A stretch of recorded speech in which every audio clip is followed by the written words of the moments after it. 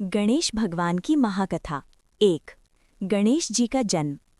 बहुत समय पहले कैलाश पर्वत पर भगवान शिव और माता पार्वती निवास करते थे।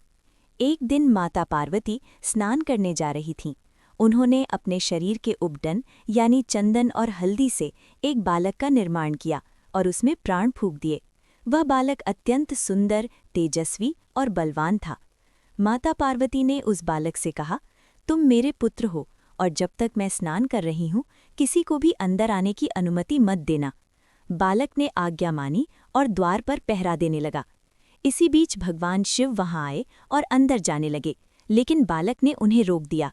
शिवजी ने समझाया कि वे इस घर के स्वामी हैं, लेकिन बालक ने कहा कि वह केवल अपनी माता की आज्ञा मानेगा। शिवजी क्रोधित हो गए और अपने गणों को आदेश दिया कि इस बालक को हटाया जाए, लेकिन वह बालक अत्यंत शक्तिशाली था और उसने सभी को परास्त कर दिया। अंततः स्वयं शिवजी ने त्रिशूल से उसका सिर काट दिया। 2। माता पार्वती का क्रोध। जब माता पार्वती को ये समाचार मिला तो वे अत्यंत क्रोधित हो गईं। उनका क्रोध इतना भयानक था कि पूरे ब्रह्मांड में हलचल मच गई। उन्होंने कहा कि यदि उनके पुत्र को जीवित नहीं किया गया तो वे संपूर्ण सृष्टि का विनाश कर देंगी। देवताओं ने शिवजी से प्रार्थना की कि वे पार्वती जी को शांत करें। 3। गणेश जी को हाथी का सिर मिलना।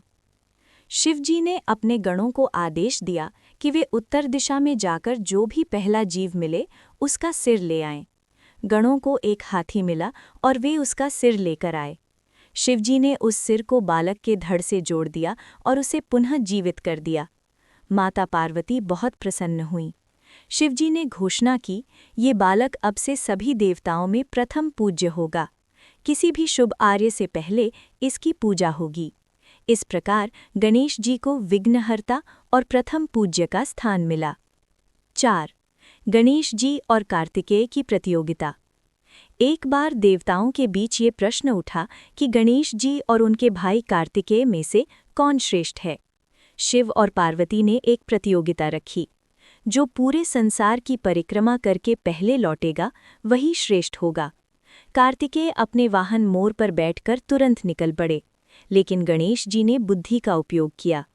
उन्होंने अपने माता पिता की 3 बार परिक्रमा की और कहा, मेरे लिए आप ही पूरा संसार हैं। उनकी इस बुद्धिमानी से प्रसन्न होकर उन्हें विजेता घोषित किया गया। 5। गणेश जी और महाभारत।